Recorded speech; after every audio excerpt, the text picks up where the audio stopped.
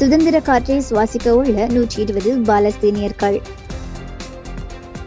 10க்கும் மேற்பட்ட ஆண்டுகள் இஸ்ரேல் சிறைச்சாலையில் அடைக்கப்பட்டவர்கள். 4 இஸ்ரேல் கைதிகளை ஹமாஸ் விடுவிப்பதை தொடர்ந்து நடவடிக்கை.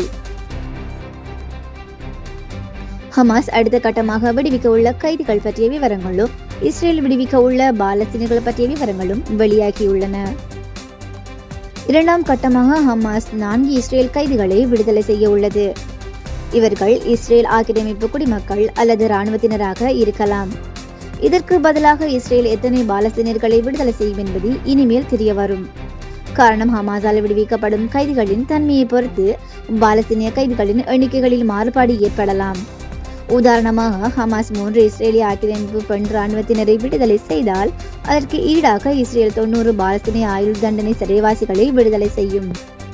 முதல் கட்டமாக ஹமாஸ் 3 யூத பெண் கைதிகளை விடுதலை செய்துள்ளது. அதற்கு ஈடாக இஸ்ரேல் 69 பாலஸ்தீனிய பெண் கைதிகள், 21 குழந்தைகள் உள்ளிட்ட 90 பாலஸ்தீனியர்களை விடுதலை செய்துள்ளது.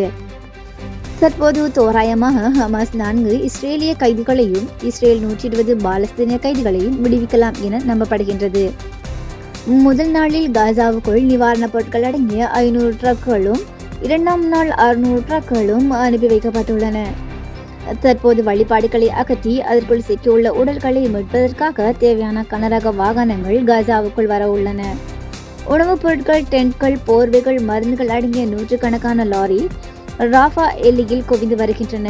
இந்த உதவிகளை கத்தார் அரசு மேற்பார்வை செய்து வருகின்றமை குறிப்பிடத்தக்கது.